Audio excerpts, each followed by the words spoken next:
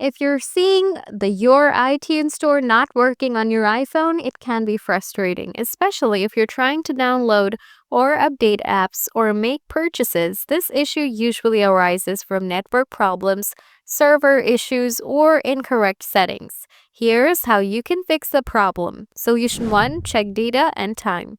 Settings.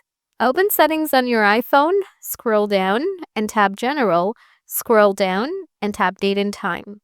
Enable Set automatically to ensure your device uses the correct date and time.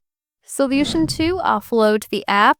Open Settings on your iPhone, tap General, then tap iPhone Storage.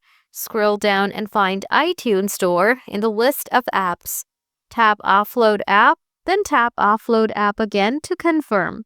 Once the app is offloaded, tap Reinstall App. Solution 3: if you find offloading the apps is taking too long, follow this. Swipe to Control Center, enable airplane mode for 10 seconds, now turn it off. Or you can switch your network from Wi-Fi to mobile data or mobile data to Wi-Fi.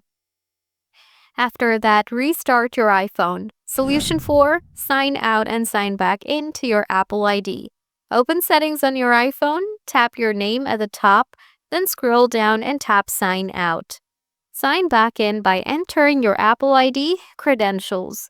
Now try connecting to the iTunes Store.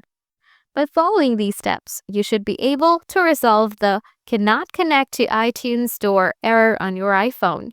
If the issue persists, consider contacting Apple support for further assistance.